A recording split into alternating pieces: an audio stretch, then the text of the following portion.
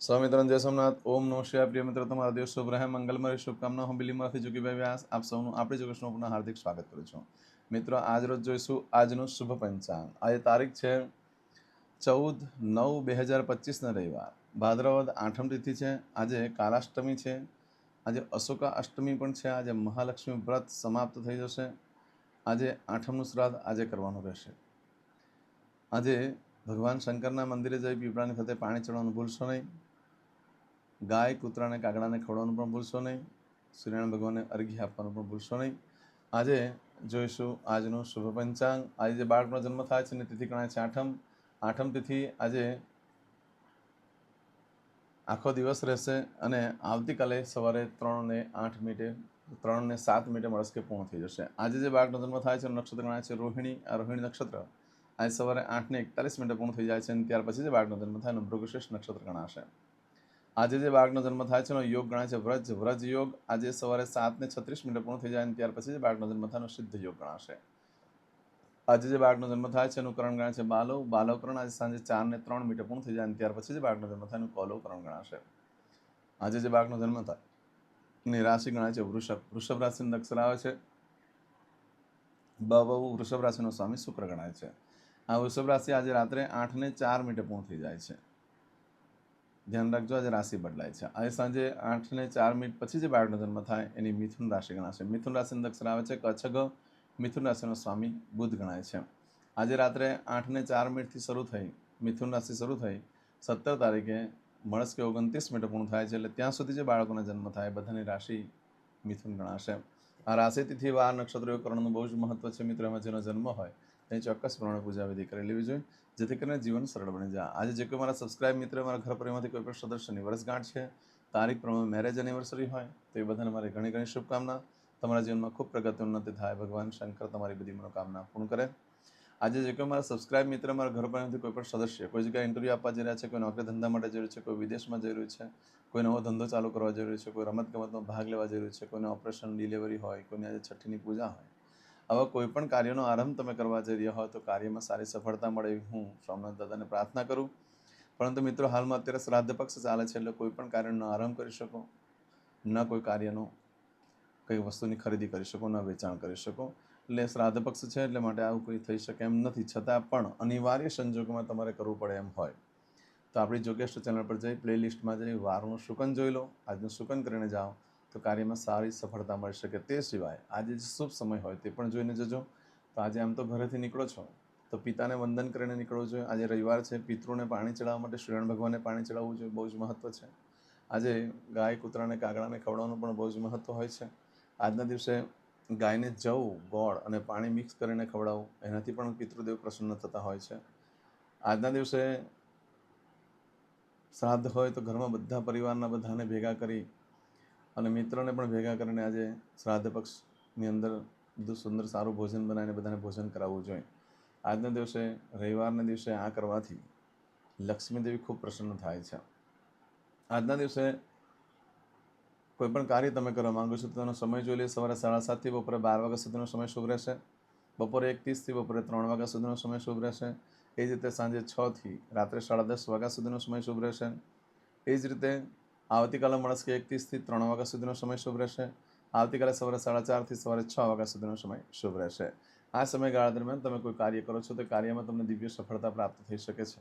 પરંતુ મિત્રો, આજે કરશો આજનો સંકલ્પ. ચમચીમાં પાણી લઈ લો. અદ્યતન માસના માસોત્તમ પરમ પવિત્ર ભાદ્રપદ માસે શુભે કૃષ્ણ પક્ષે અષ્ટમ્યાયામ ભાનુવાસન વિત્તાયામ. હવે દરેક જણા પોતાનું સાચું નામ બોલી દો. તમારું ગોત્ર ખબર હોય તો ગોત્ર બોલી દેવાનું.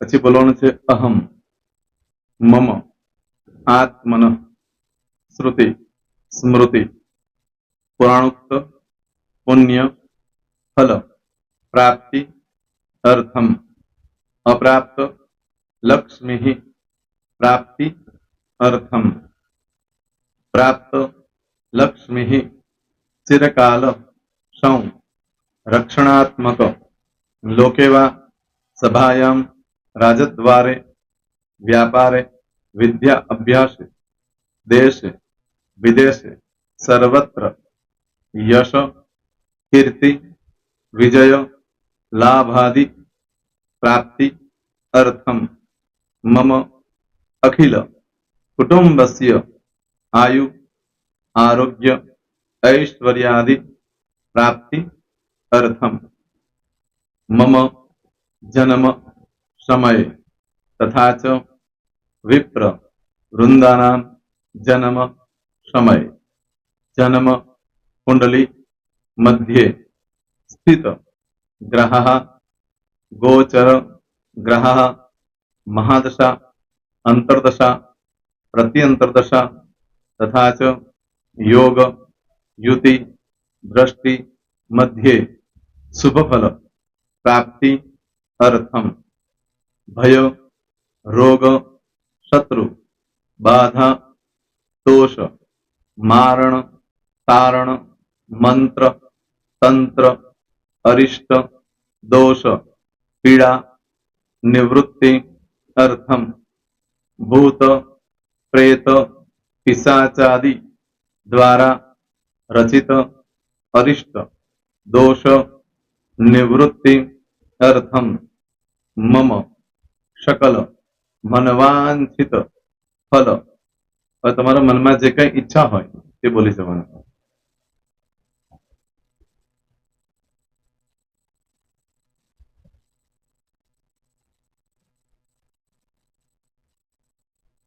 બોલવાનું અનુસારતઃ सकल मनवांछित फल प्राप्ति अर्थम. હવે જે બરકતની પૂજા વાળા છે એ લોકો તો આ બધું બોલવાનું જ હોય છે, એ લોકો માટે કોઈ સ્પેશિયલ નથી. પણ જે લોકોએ હવે જે કહું છું તે લોકોએ જ બોલવાનું, જેના લગ્ન થઈ ગયા હોય એ લોકોએ બોલવાનું છે. મમ દાંપત્ય જીવન મધ્યે સુખાકારી પ્રાપ્તિ અર્થમ પુત્ર પૌત્રાદि સંતતિ પ્રાપ્તિ અર્થમ. આ સંતાન પ્રાપ્તિ વાળા માટે પણ આવી જાય છે એમાં. દીર્ઘ આયુ आरोग्य ऐश्वर्यादि प्राप्ति अर्थम तथा च. હવે જેના લગ્ન નથી થયા તે લોકોએ બોલવાનું. મમ જટટી વિવાહ योग प्राप्ति अर्थम विवाह पश्चात दाम्पत्य जीवन मध्य सुखाकारी प्राप्ति अर्थम. હવે જે લોકોને સંતાન પ્રાપ્તિ નથી, જે લોકોને સંતાન પ્રાપ્તિ છે કરવી છે એ લોકોએ બોલવાનું. मम दाम्पत्य जीवन मध्ये सुखाकारी प्राप्ति अर्थम तथा च दीर्घ आयु आरोग्य ऐश्वर्यादि समन्वित संतति सुख प्राप्ति अर्थम. હવે જે અભ્યાસ કરી રહ્યા છો છોકરા વિદ્યાર્થીઓ છે તે લોકોએ બોલવાનું છે. મમ વિદ્યા અભ્યાસ મધ્યે ઉત્તરો ઉત્તર પ્રગતિ उन्नति सानुकूलता पूर्वक दिव्य सफलता प्राप्ति अर्थम. और जो लोग विदेश में जवा मांगता हो कि सीख में जवा मांगता हो, मतलब भारत देश ने बहार जने धंधो व्यापार करवा मांगता हो ये लोग अथवा विदेश जवा मांगता हो कायम माटे ए लोग बोलवानुं छे. मम जटटी विदेश गमन योग प्राप्ति अर्थम विदेश गमन कार्य मध्य सानुकूलता पूर्वक दिव्य सफलता प्राप्ति अर्थम. आरोग्य वाળા બોલવાનું છે, જેને આરોગ્યની પૂજા આપેલી હોય એ લોકોએ. એમ તો દરેક જણા જ બોલવાનું છે. બોલો મમ આયુ આરોગ્ય ऐश्वर्यादि प्राप्ति अर्थम.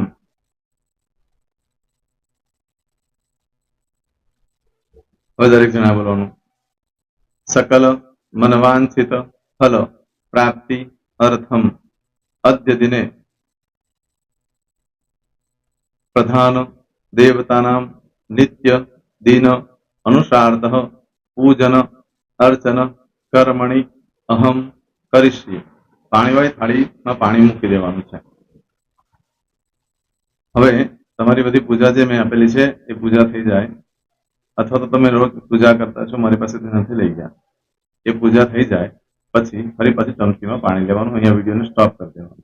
પૂજા પતે એટલે પાછું આગળનું કરવાનું છે. અહીંયા વિડીયો સ્ટોપ કરી દેવાનો અને પૂજા પતે એટલે બોલવાનું છે વિષ્ણવે વિષ્ણવે વિષ્ણવે નમો નમઃ.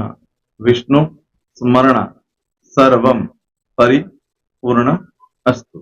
એતાની ગંધ પુષ્પ ધૂપ દીપ નૈવેદ્ય તાંબૂલ પ્રદક્ષિણા સહિત ઋણુ મમ સકલ મનવાંછિત ફલ પ્રાપ્તિ અર્થમ પૂજન અર્ચન પ્રિયદાન ન મમ. પાણી મૂકી દેવાનું, પાછું પાણી લેવાનું. પૂજન અર્ચન બ્રહ્માર્પણમસ્તુ. નીચે જમીન પર પાણી મૂકો, એમાં આંગળી ઘસી કપાળમાં તિલક કરી દો. કપાળમાં જમીન પર પાણી મૂક્યું છે એમાં. ત્યાર પછી ભગવાનને કહેવાનું કે હે પ્રભુ, આજે પૂજા કરતા કઈ પણ પ્રકારની ભૂલચૂક થઈ ગઈ હોય તો અમને ક્ષમા કરજો. અમે તમારા બાળક છીએ. પ્રભુ, તમારો ખૂબ આભાર માનું છું. આજે મારી પાસે તમારી પૂજા કરાવી, મારી મનોકામના પૂર્ણ કરી. પ્રાર્થના કરી દો. જગ્યા પરથી ઉભા થઈ શ્રીનારાયણ ભગવાનને પાણી ચડાવી દો અને નિત્ય કર્મ જે કરતા હોય તે કરો. જય સ્વામિનારાયણ. તમારો દિવસ શુભ રહે, તમે અને તમારો પરિવાર સુખી રહે, સંપન્ન રહે, સુરક્ષિત રહે, એ ભગવાન સોમનાથ દાદાને પ્રાર્થના.